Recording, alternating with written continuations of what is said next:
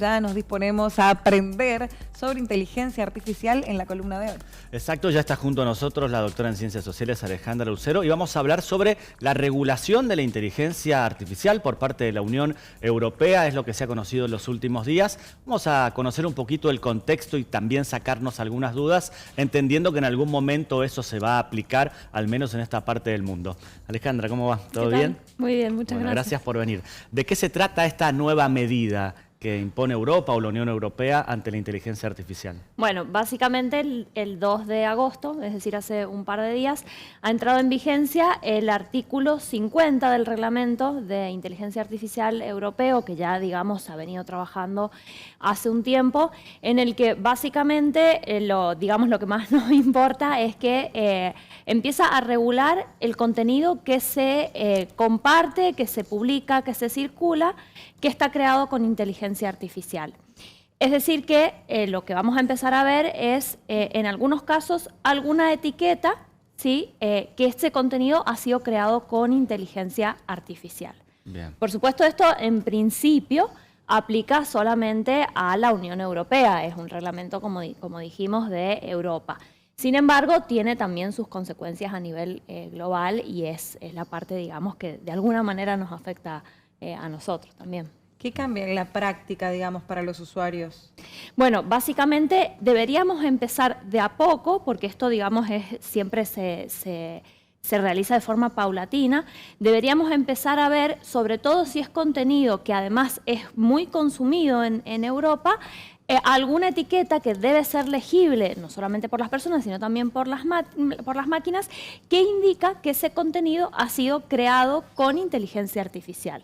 Entonces, por lo tanto, nos va a ayudar de alguna manera también a tomar decisiones más informadas. Y esto no implica solamente, por ejemplo, publicidades, como estuvimos comentando en el caso del Mundial, sino también algunas empresas, sobre todo aquellas que tienen, digamos, fines comerciales, profesionales, incluso cuentas personales también que tienen, digamos, fines de lucro, ¿sí? Vamos a empezar a ver que hay cierto contenido que debería tener esa etiqueta. ¿Qué es lo que cambia?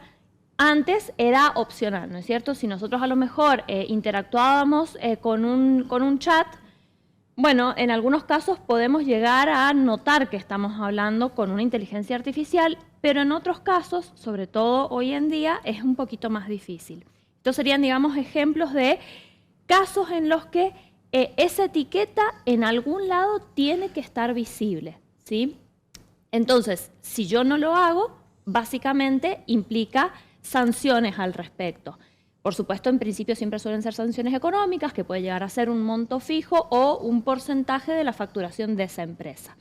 Y entonces, claro, nos vamos a encontrar con que, sobre todo grandes empresas, por ejemplo Google, por ejemplo Meta y todas sus redes sociales, el propio TikTok, van a empezar a diseñar sus sistemas de manera tal que esa norma se pueda cumplir, porque implica sanciones tanto para las empresas que lo distribuyen como para quienes hacen uso comercial al respecto. Indefectiblemente en este mundo tan globalizado, ya está de más decirlo, ¿no? Seguramente habrá un impacto en los contenidos que recibimos, ¿o no? Seguro, seguro. La obligación principal, como dijimos, es sobre todo en la Unión Europea porque es un reglamento de la Unión Europea, ¿no? Pero hay muchas empresas que trabajan globalmente. Y en algunos casos, sí, vamos a ver cómo se termina aplicando en concreto, pero en algunos casos empresas de alcance global, como las que mencionamos, prefieren directamente ajustar sus políticas a aquellas que sean, digamos, como más restrictivas al respecto. Entonces, directamente trabajan de esa manera, bueno, básicamente con todas las regiones en las cuales operan.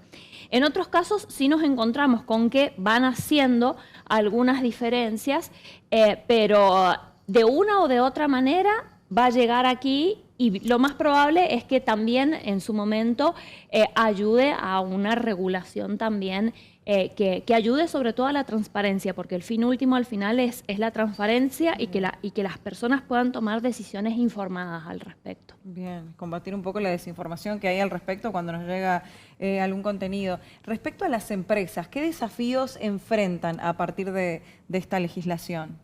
Bueno, es que el principal desafío va a ser que van a tener que adecuar sus sistemas a eso.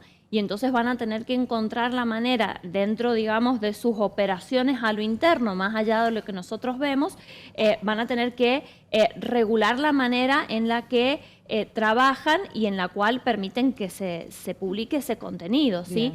Si nosotros lo llevamos a otro ámbito, nosotros nos vamos a dar cuenta que, por ejemplo, en las redes sociales hay ciertas palabras que no se pueden utilizar, ¿no es cierto? Entonces hay algoritmos incluso que detectan eso y de manera prácticamente inmediata bajan la publicación que tiene contenido, por ejemplo, que pueda llegar a considerarse ofensivo.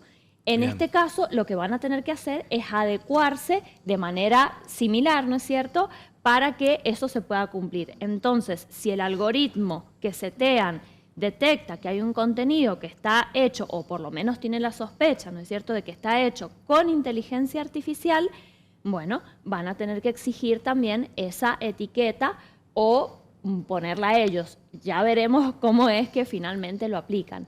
Pero básicamente van a tener que adecuar todos sus sistemas para que así sea. Bien, ¿se hace fácil o no, desde tus conocimientos, pensar de alguna forma cómo va a ser esa transición? Digo, porque hay tanto contenido, ¿no? O hay tantas herramientas que suele generar también la inteligencia artificial que por ahí se hace muy difícil entender cómo va a ser específicamente.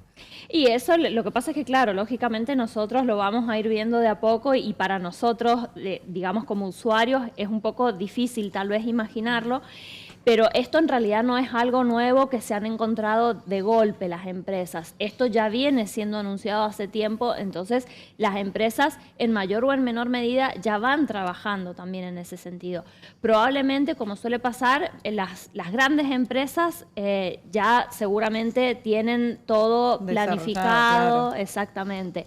Las que pueden llegar a tener a lo mejor un poco más de dificultades porque implica a lo mejor mayores inversiones para eso, y seguramente se van a encontrar en una situación más complicada o de mayor desigualdad también para poder aplicar y cumplir sobre todo con ese reglamento. Bien, Ale, por último, esto rige, digamos, la normativa para aquellas empresas que van a empezar con contenidos, no sé si nuevos, pero sí que recién están lanzando en el último tiempo a partir de una fecha en la cual empieza a estar vigente, o también para contenidos que son anteriores o plataformas anteriores, o deben modificar absolutamente todo.